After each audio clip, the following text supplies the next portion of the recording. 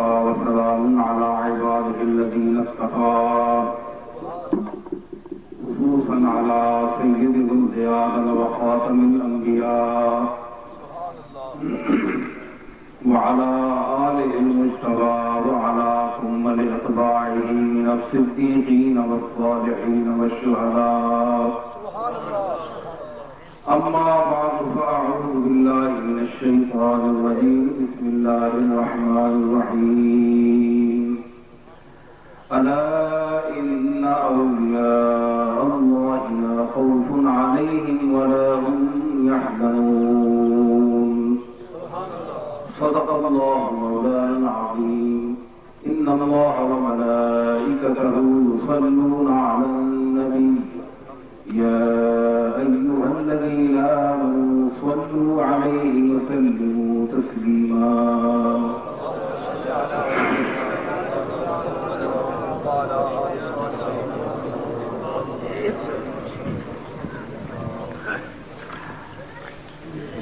علماء محترم،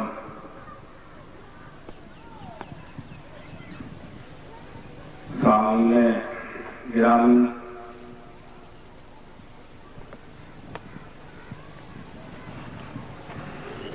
یہ محفل بظاہر میرے جد امجد حضرت قبلہ غلام محی صاحب رحمۃ اللہ علیہ کی یاد اور آپ کے حوالے سے منعقد کی گئی، لیکن اگر دیکھا جائے جس طرح کہ میں اس گھر کا فرد ہوں اور صاحب البیت ادرا بما فیہ، گھر کا فرد گھر کے معاملات حالات کو بہتر جانتا ہے، تو میں یہ سمجھتا ہوں کہ میرے جد امجد رحمۃ اللہ علیہ جہاں بھی تشریف لے جاتے تھے تو مخلوق کو ایک مرکز اور ایک مقام پر ان کے جمع کرنے کا واحد مقصد حضور رسالت مآب کی تعریف کرنا ہوتا تھا، اللہ کی توحید اور رسالت مآب کی تعریف اور آپ کا ذکر خیر، ذکر پاک، یہ ان کا دستور حیات تھا۔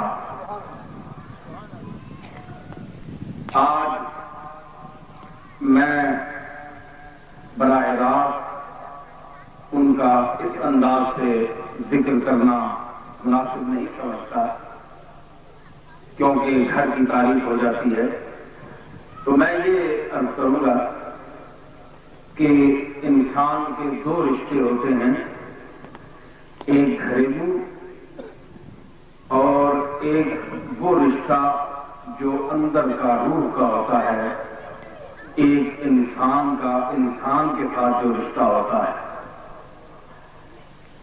جتنے دنیا میں رشتے ہیں ان رشتوں کے مختلف نام ہیں، لیکن ان رشتوں کے علاوہ جو ایک مکمل الگ رشتہ ہے اس کا نام ہے انسانیت اور انسان۔ باپ کا بیٹے کے ساتھ، بیٹی کے ساتھ، بیوی کے ساتھ، ماں کے ساتھ، ہمشیرہ کے ساتھ، یہ تمام رشتے ہوتے ہیں۔ اس ہر رشتے کا ایک الگ نام ہے، اس کا الگ مقام ہے، اس کی الگ پہچان ہے، لیکن اس میں جو مشترک رشتہ ہے وہ انسانیت کا ہے، انسان کا ہے۔ تو اگر کوئی شخص اپنے باپ کی تعریف کرتا ہے تو اس حیثیت سے کہ وہ اس کے گھر کا ایک فرد ہے۔ تو اس نظریے سے اگر کوئی اپنے باپ یا دادا کی تعریف کرتا ہے تو لوگ یہ کہہ سکتے ہیں چونکہ یہ اس کے باپ کا ایک رشتہ ہے، اس کے ساتھ باپ ہونے کا اور بیٹا ہونے کا، ان کے مابین ایک رشتہ ہے، اس حوالے سے ماں تعریف کر رہا ہے۔ اور اس رشتے اور علاقے سے علاوہ اگر وہ اپنے باپ، ماں یا اور کسی عظیم ترین رشتے کا ذکر انسانیت کے حوالے سے کرتا ہے، جو اس کے ساتھ رشتہ ہے، عقائد کے اعتبار سے کرتا ہے، ایمان کے اعتبار سے کرتا ہے، کردار کے اعتبار سے کرتا ہے، وفا اور دوسری صفات عالیہ کے اعتبار سے کرتا ہے، تو لوگ اس کو اس لیے تسلیم کریں گے کہ وہ گھر کا فرد ہونے کی حیثیت سے تعریف نہیں کر رہا، بلکہ ایک انسان کے ناطے اور رشتے سے تعریف کر رہا ہے کہ یہ فلاں فلاں خوبیوں کا مالک ہے۔ تو ہم اس میں ذرا خطیب حضرات سے معذرت کرتے ہوئے کہ میرا ایک اپنا انداز ہے گفتگو کرنے کا، شاید آپ پسند نہ فرمائیں، لیکن میرا اپنا ایک طریقہ ہے جس طرح میں آپ سے بات کر رہا ہوں۔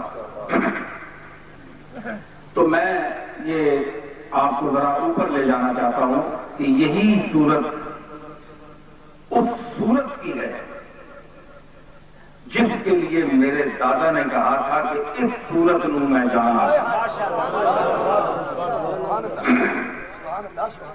یہی صورتحال اس صورت کی ہے کہ جو بہر صورت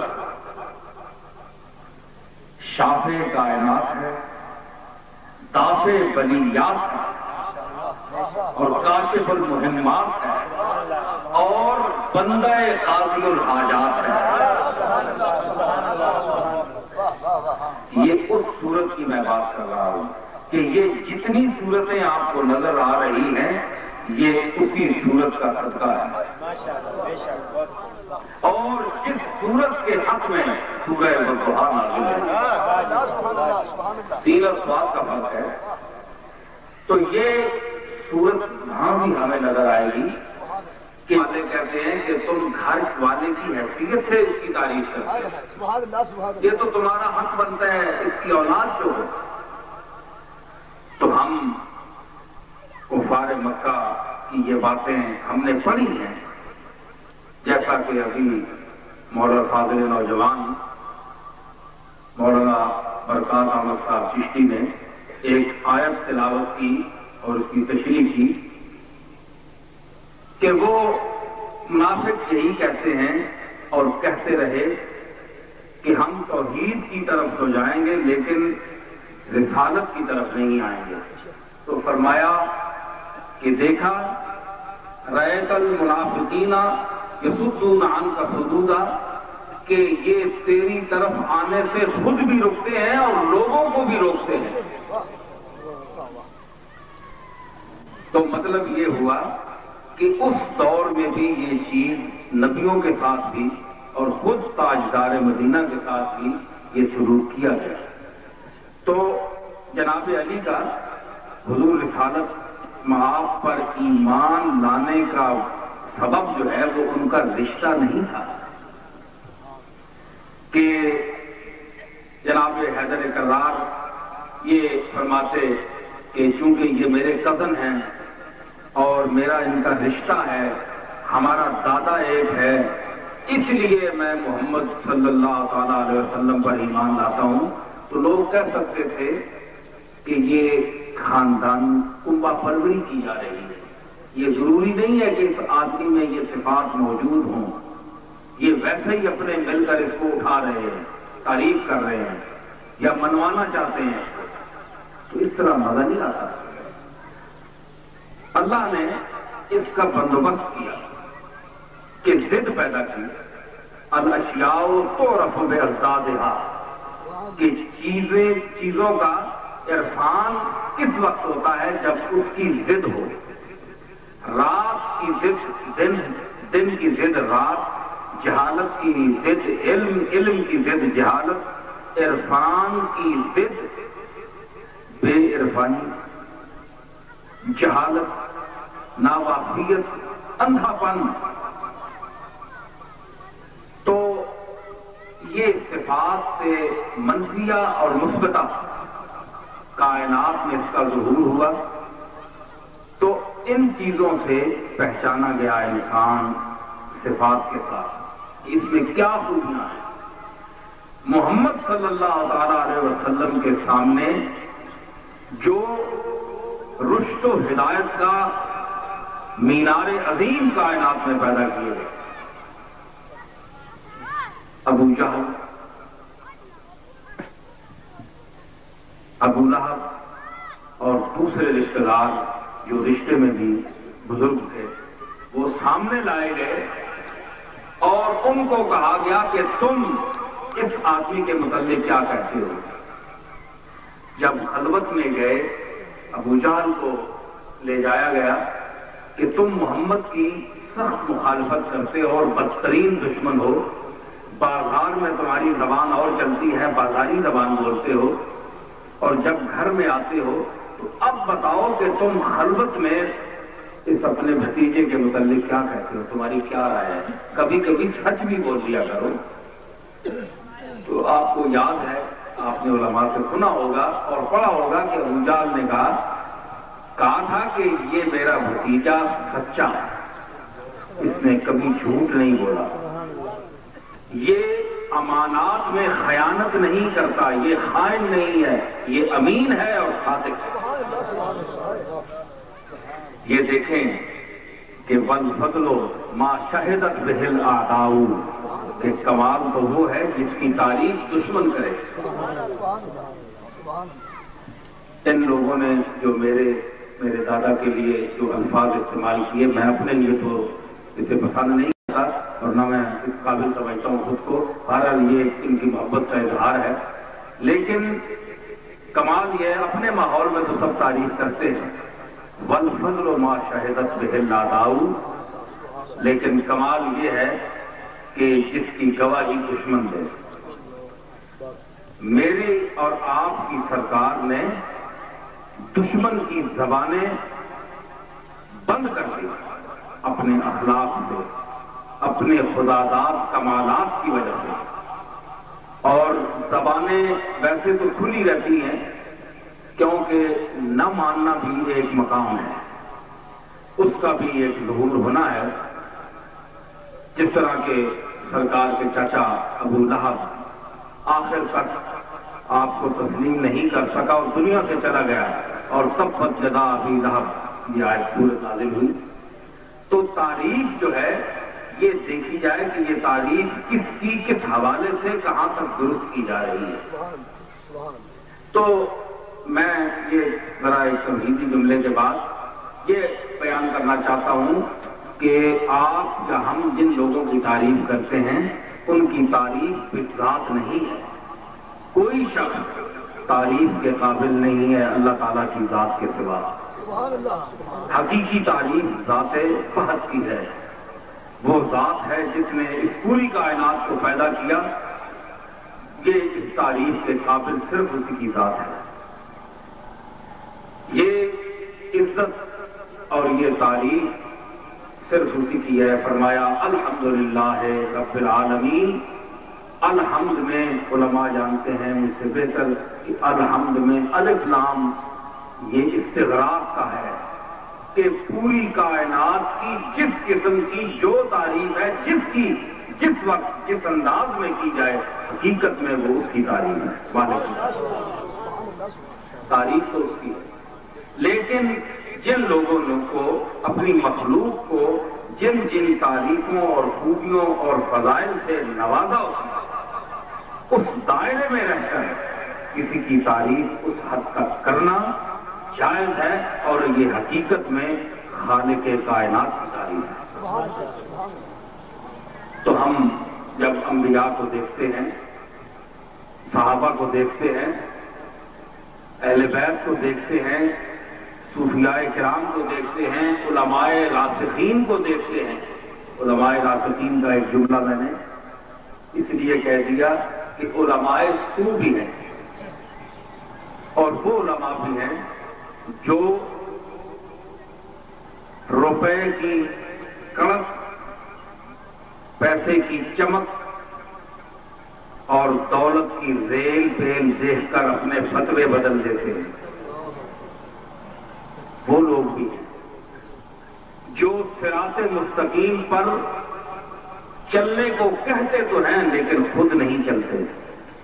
یہ علماء سے معذر کے ساتھ آپ لوگ مخاطب نہیں ہیں، وہ لوگ مخاطب ہیں جو اس قسم کے ہیں۔ اس لیے آپ بھی دیکھیں کہ ایسے لوگوں کے مزاروں پر اندھیرا ہی اندھیرا ہوتا ہے، کبھی چراغ بھی روشن نہیں دیکھا ہوگا۔ ہمارے اسلاف، ہمارے آباء و اجداد بحمداللہ رسول اللہ صلی اللہ تعالی علیہ وسلم کی شریعت کے عالم تھے، عامل تھے اور محافظ تھے۔ انہوں نے زندگیاں اسوہ رسول پر گزاری، لیکن پیسے کی چمک دیکھ کر انہوں نے فتوے تبدیل نہیں کیے۔ آج ان کے مزارات کی دیکھ لیں، ان کی قبریں زندہ ہیں کہ قبریں زندہ ہونے کی دلیل یہ ہے کہ مردوں کے پاس کوئی نہیں جاتا۔ جن کو اللہ تعالیٰ مرنے کے بعد کچھ اپنا فیض دیتا ہے ان کے پاس لوگ جاتے ہیں، مردوں کے پاس کون جاتا ہے؟ فرمایا الحاکم التکاثر حتی زرتم المقابر۔ تو یہ زرتم المقابر کا یہ مطلب نہیں ہے کہ تم جا کر مقبروں کی زیارت کرتے ہو، یہ مطلب یہ ہے کہ تمہیں اس تکاثر اور دولت کی فراوانی اور اس کی ہوس نے غافل کر دیا ہے۔ تم انجام حیات کو بھی دیکھتے ہو کہ روز کندھوں پر جنازے اٹھے ہوئے قبرستانوں میں جاتے ہیں، حتی زرتم المقابر کا یہ معنی ہے، یہ زیارت نہیں ہے۔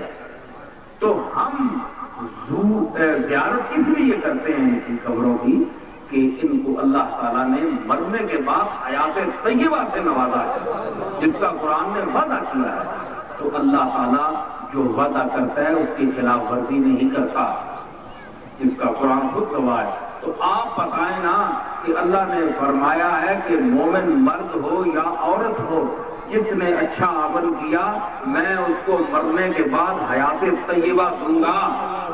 تو وہ حیات طیبہ کیا ہے؟ اب اللہ تعالیٰ وعدہ خلافی تو نہیں کر سکتا، وہ تو مالک ہے۔ نعوذ باللہ یہ اور مذاہب تھے جو کہتے تھے، وہ باطل مذاہب ہے جو کہتے تھے کہ اللہ بھی جھوٹ بول سکتا ہے، نعوذ باللہ۔ ہمارا یہ عقیدہ نہیں ہے۔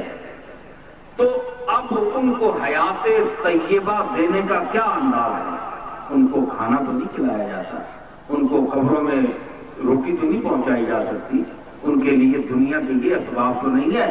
اب مزاج حیات جو اللہ کے پاس ہے وہ ان کو عطا کرے گا۔ اللہ جانتا ہے کہ ان کو اس نے کس طرح زندہ رکھا ہوا ہے، اور میں یہ سمجھتا ہوں کہ ان کو سب سے بڑا زندہ رکھنے کی یہ میری اپنی عقلی دلیل ہے، یہ میں کسی کتاب سے نہیں پڑھ رہا ہوں، یہ آپ کو میں سمجھا رہا ہوں کہ بات کو سمجھیں اور جس انداز سے میں کہہ رہا ہوں اس کو سمجھیں کہ سب سے بڑی دلیل یہ ہوتی ہے کہ میں یہاں آپ کے پاس آیا ہوں تو آپ میرے لیے یہاں آئے ہیں، یہ ٹھیک ہے نا؟ آپ سب لوگ میرے نام میرے حوالے سے یہاں تشریف لائے ہیں، تو میں زندہ ہوں تو آپ مجھ سے سن رہے ہیں نا؟ میں آپ کو کچھ دے رہا ہوں، کچھ لفظ دے رہا ہوں، کچھ معانی دے رہا ہوں، کچھ خطاب کر رہا ہوں، کچھ آپ مجھ سے سن رہے ہیں، مجھ کو آپ دیکھ رہے ہیں۔ تو یہ کچھ مناظر، کچھ ایسی باتیں ہیں جو آپ کو میری طرف راغب کیے ہوئے ہیں۔ اگر اس میرے جسد عنصری سے اسی وقت مرغ روح پرواز کر جائے تو آپ میں دہشت اور وحشت پڑ جائے گی کہ ابھی یہ زندہ آدمی اس کو کیا ہو گیا؟ یعنی مردہ جو مر جائے اسی وقت بات کر رہا ہے، اچھا بھلا بیٹھا ہے، شناسائی ہے، واقعیت ہے، لیکن دہشت اور وحشت پڑ جاتی ہے مردے پر، چاہے اپنا باپ کیوں نہ ہو، ماں کیوں نہ ہو، کوئی کیوں ہو۔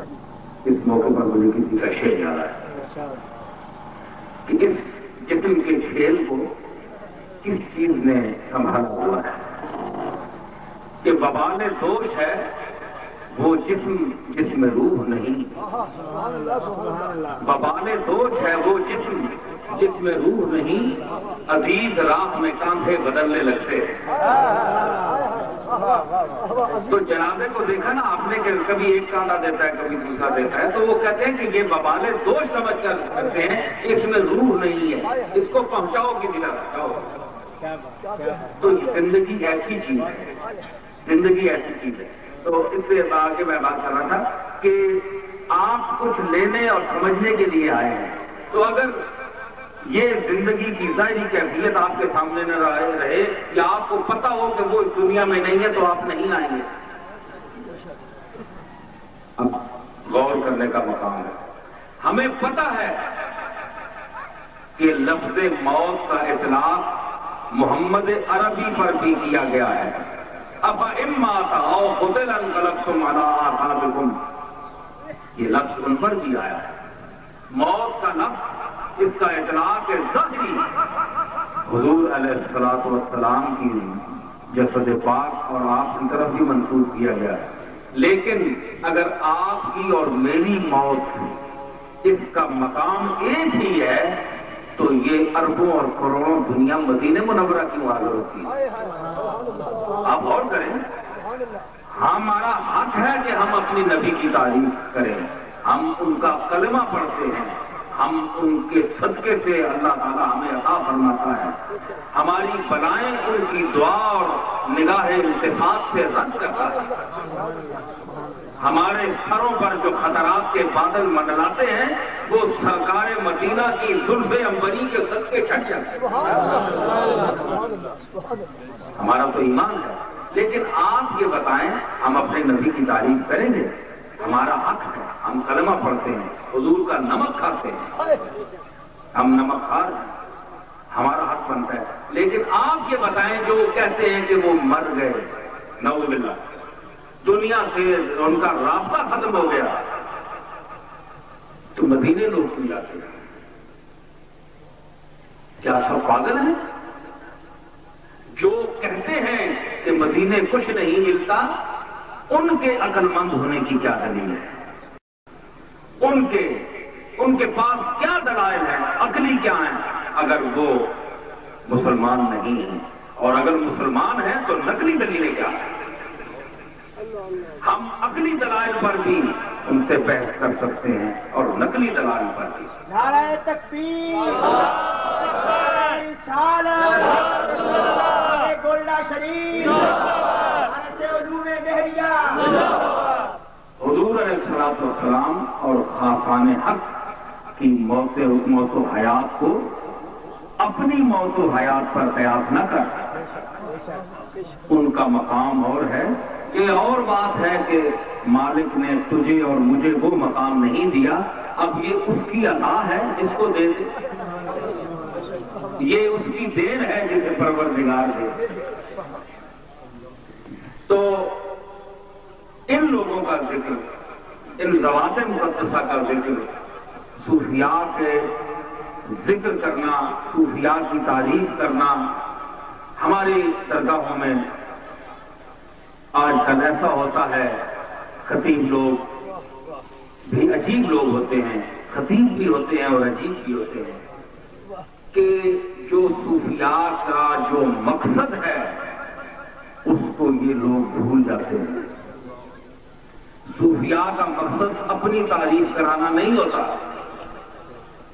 صوفیاء کا مقصد پہلے اللہ تعالیٰ کی تعریف اور پھر رسول اللہ صلی اللہ علیہ وسلم کی تعریف کرانا ہے۔ اور آپ حضور علیہ الصلوۃ والسلام بھی اپنی تعریف کو پسند نہیں فرماتے تھے، وہ تعریف جو آپ میں نہ ہو۔ آپ کا سوال کہ حضور میں کیا خوبی ہے جو نہیں ہے، میں جواباً عرض کروں گا کہ سرکار میں ساری خوبیاں ہیں، اور وہ خوبی ہی نہیں جو سرکار میں نہیں ہے، اس پر لفظ خوبی کا اطلاق ہی نہیں ہو سکتا جو سرکار میں نہیں ہے۔ یہ میرا ایمان ہے اور آپ کا بھی ہے، لیکن میں وہ چیزیں جو منہیات ہیں، جو اللہ نے منع کیا ہے، مثلاً کہ رسول اللہ یا کسی نبی کو اللہ کا شریک ٹھہرانا،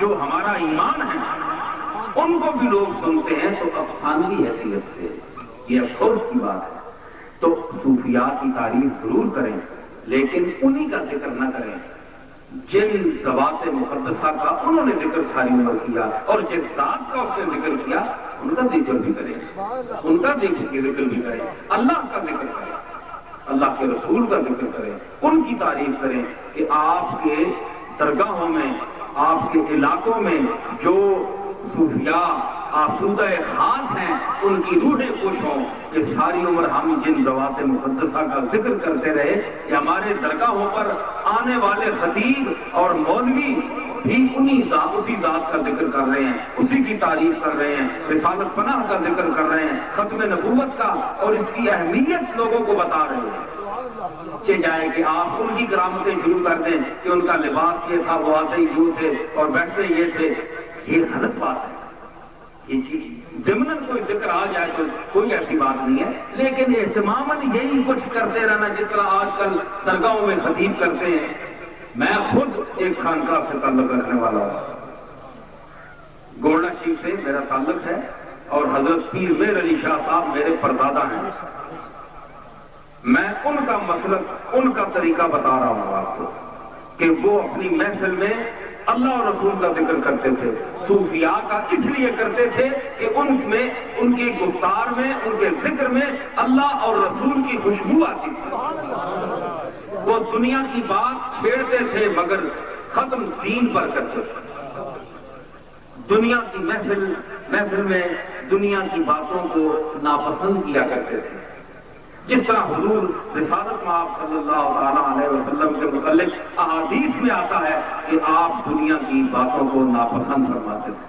فرمایا کہ خباب، عمار اور بلال اور یاسر یہ لوگ بیٹھے ہوں اور میں اپنے خالق حقیقی کا ذکر کر رہا ہوں، اگر پوری کائنات اللہ مجھے عطا فرما دے اور یہ پوچھے کہ محمد تو کائنات لے گا یہ ان چار لوگوں کو، فرمایا میں ترجیح دوں گا عمار کو، بلال کو اور یاسر کو، خباب کو، اس لیے کہ ان کے ساتھ بیٹھ کر میں اللہ کا ذکر کرتا ہوں، وہ اپنے مالک کی یاد، یہ رسالت پناہ کا میں ذکر کر رہا ہوں، حدیث کا حوالہ دے رہا ہوں۔ یہ روح البیان میں علامہ اسماعیل حقی افندی مصری نے نقل کیا۔ تو ان لوگوں کا، اس ذات کا کیوں نہ آپ ذکر کریں کہ جس کا ذکر کرنا اگر دل سے ہو، اللہ تو مانگنے والے، بھیک مانگنے والے بھی اللہ کا نام لیتے ہیں۔ اگر مطلق اللہ کرنے سے اللہ مل جاتا تو یہ جتنے گداگر ہیں سب اولیاء اللہ ہوتے ہیں، 1,00,000 مرتبہ سے زیادہ یہ اللہ کا نام لیتے ہیں، لیکن دنیا کے لیے جب ہاتھ پھیلاتے ہیں تو اللہ فرماتا ہے کہ میری عزت یہ تم نے کی، نام میرا لیا اور ہاتھ پھیلا دیے اور اپنے جیسے کے سامنے ہاتھ پھیلائے، جو تیری طرح میرا محتاج ہے تو مجھ سے مانگ لیتا تو میں شاید تجھے دے بھی دے۔ اپنے جیسے سے مانگ رہا ہے، جو کوئی بھی ہو وہ محتاج ہے میرا، تو اسے آقا سمجھنا، آقا مجھے سمجھتا، مالک مجھے سمجھتا، مجھ پر توکل کرتا تو میں اسباب رزق پیدا فرما دیتا، میں تجھے کچھ دے دیتا۔ اس لیے میں نے عرض کیا تھا کہ کیوں مانگ رہا ہے مانگنے والوں سے، اللہ سے مانگ دینے والا وہ ہے۔ یہ تعلیمات ہیں ہمارے صوفیاء کی، یہ سید الانبیاء کی تعلیمات ہیں۔ اللہ تعالیٰ ہمیں ان کے نقش قدم پر چلنے کی توفیق عطا فرمائے، اور یہ محفلیں ہم اس نیت اور اس ارادے سے منعقد کریں کہ ہم ان کے اسوہ حسنہ پر چلیں گے، اور جس طرح انہوں نے ہر قدم پر شریعت کا اتباع کیا، حضور علیہ الصلوۃ والسلام کی سنت پاک کا اتباع کیا، آپ کے ارشادات کو تہہ دل سے تسلیم کیا، قرآن حکیم کی تلاوت کی، معانی کو بھی سمجھا، عمل بھی کیا اور دل میں اتارا، ان کی باتیں دل میں اترتی تھیں اور اس وقت اتریں گی کہ جب آپ کی نیت ٹھیک ہوگی اور آپ اپنی نیت کو اللہ کے سامنے درست کر کے کچھ خطاب کریں گے، تبلیغ کریں گے۔ تو تبلیغ کا ایک میں اضافہ کرنا چاہتا ہوں، بعض لوگ یہ کہتے ہیں، سننے میں آیا ہے اعتراض کہ یہ مشائخ سلف کا طریقہ نہیں ہے کہ جس طرح بعض درگاہوں میں خصوصاً میرے لیے کہہ دیتے ہیں جی کہ ان کے بزرگوں کا طریقہ نہیں تھا کہ یہ تبلیغ کی آواز کرتے تھے، یہ نصیر الدین صاحب نے اپنی طرف سے ایجاد کیا۔ اس کا جواب میں یہ دوں گا کہ اول تو بات ہے کہ ہماری ان لوگوں کو جواب دے رہا ہوں کہ ہماری عزت کا واحد سبب، ایک منٹ، ہماری عزت کا واحد سبب شریعت مصطفیٰ ہے۔ ہماری کوئی عزت نہیں اگر ہم مدینے والے سے کٹ جائیں، اور ہمارے آباء و اجداد کی عزت صرف اسی میں ہے کہ ہم دین کی تبلیغ کریں۔ حضرت شیخ عبد القادر جیلانی جو سید الاولیاء ہیں اور مرکز ولایت ہیں، محور کرامت ہیں اور مرکز علم و فضل اور وارث جلال و جمال مصطفی ہیں، میں ان کی بات کر رہا ہوں جن کو ساری دنیا کے ولیوں نے، ہر مزاج کے ولی نے ان کی عظمت کو تسلیم کیا، اور ان کی عظمت کو نہیں تسلیم کیا بلکہ اللہ تعالیٰ کی جلال و جمال کو تسلیم کیا، کیونکہ شیخ عبد القادر اپنے مالک کے جلال و جمال کا مظہر اعظم ہے۔ تو جو شیخ عبد القادر کو اپنی شان میں تسلیم کرتا ہے وہ دوسرے الفاظ میں اپنے قادر مطلق کی شان کو تسلیم کرتا ہے، کیونکہ عبد القادر کے اپنے پاس کچھ نہیں ہے، اس کے پاس وہی کچھ ہے جو اس کے قادر نے اس کو دیا ہے۔ اس لیے تو مولانا احمد اللہ نے کہا تھا کہ بندہ قادر کا ہے، قادر بھی ہے عبد القادر۔ نعرہ تکبیر، نعرہ رسالت، نعرہ حیدری، نعرہ غوثیہ۔ تو وہ ممبر رسول پر بیٹھ کر واز فرمایا کرتے تھے، تو میں اپنے دادا کی سنت کیوں نہ اپناؤں؟ میرے نسب کا انتصاب تو ہے نا حضور رسالت مآب کی طرف، میں اس خانوادے کا فرض تو کہلاتا ہوں۔ تو اگر میرا نسب ان کے ساتھ ذہنی بھی ہے، جسمانی بھی ہے، تو میرا حق ہے کہ حضور تاجدار مدینہ کی سنت سمجھ کر ممبر رسول پر بیٹھوں، اور جو میرے سمجھ میں ہے، میں اپنے آپ کو بہت بڑا علامہ نہیں سمجھتا، کچھ بھی نہیں سمجھتا، میں اپنے آپ میں کچھ بھی نہیں ہوں، لیکن جو کچھ ہوں کچھ تو ہوں۔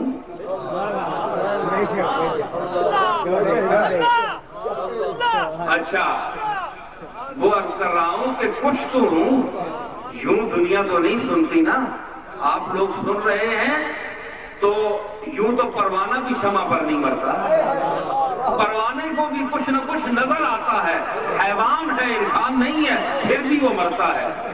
اگر کسی پر کوئی مرتا ہے تو اس میں کچھ ہوتا ہے۔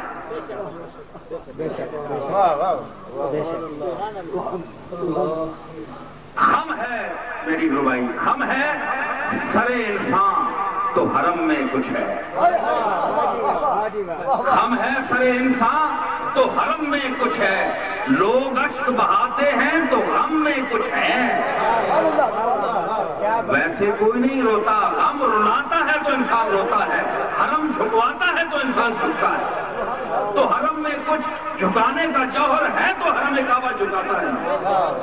ہم ہے سرے انسان تو حرم میں کچھ ہے، اور لوگ اشک بہاتے ہیں تو غم میں کچھ ہے، بے وجہ کسی پر نہیں مرتا کوئی، ہم پر کوئی مرتا ہے تو ہم میں کچھ ہے۔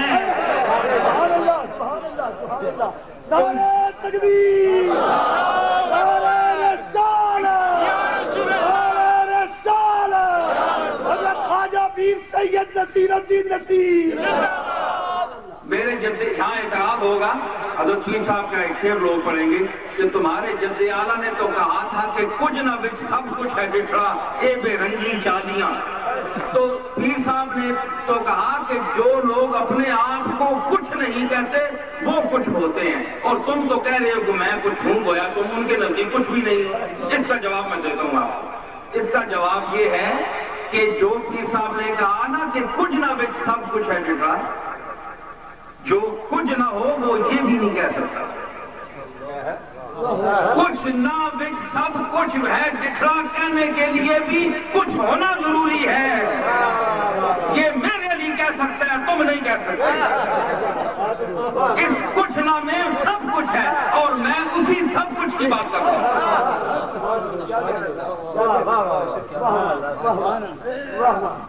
تو وہ ذکر، وہ محفل، وہ بات اب وہ لوگ نہیں رہے.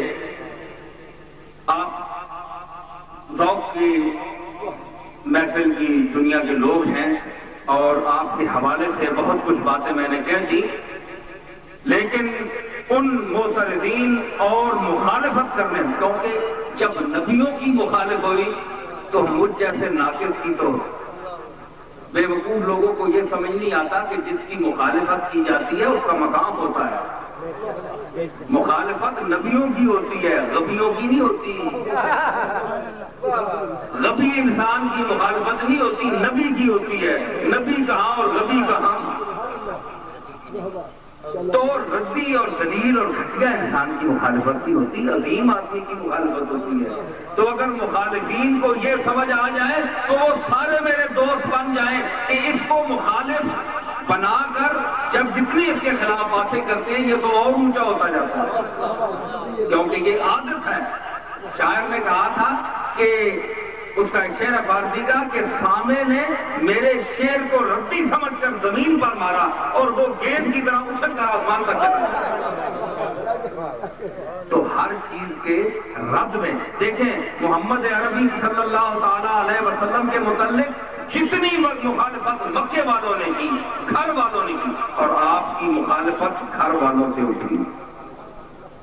چچاؤں نے مخالفت کی اور رشتہ داروں نے مخالفت کی، اور اتنی مخالفت ہوئی کہ انگریز لکھتا ہے کہ دنیا میں وہ واحد انسان محمد ہے جس کو اتنی دنیا نے مخالفت کی اور اس کو رسوا اور ذلیل کرنے کا پورا اہتمام کیا گیا. محمد سے بڑھ کر دنیا میں کوئی نہیں، یہ انگریز نے لکھا.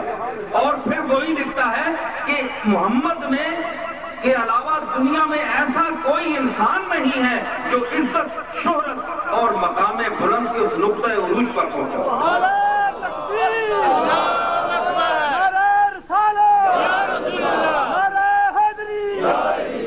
تو مخالف کا ہونا تو انسان کی عظمت کی دلیل ہے. اور شودیاں دے چبلا نہ بھی تو دشمن ہے،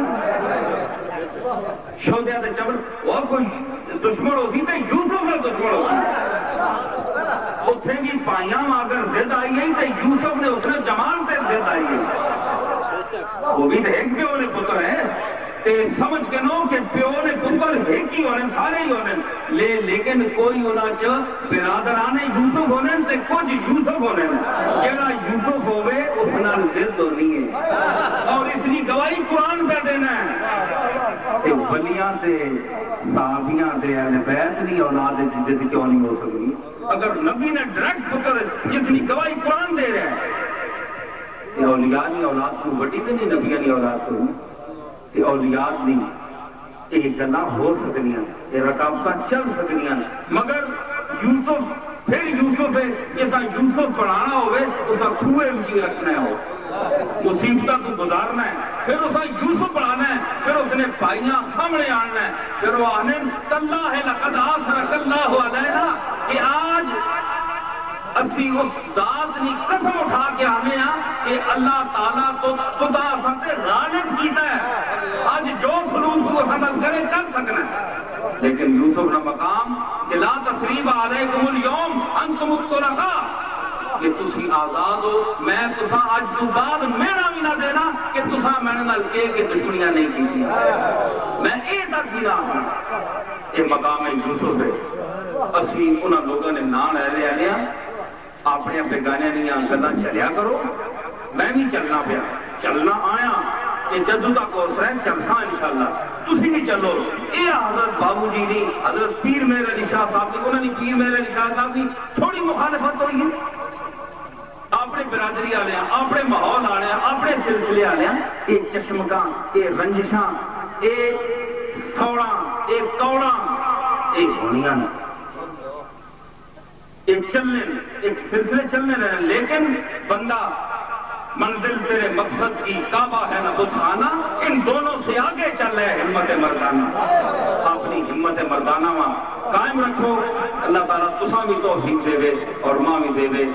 ان الفاظ کا میں اجازت چاہتا ہوں. وآخر دعوانا الحمدللہ رب العالمین.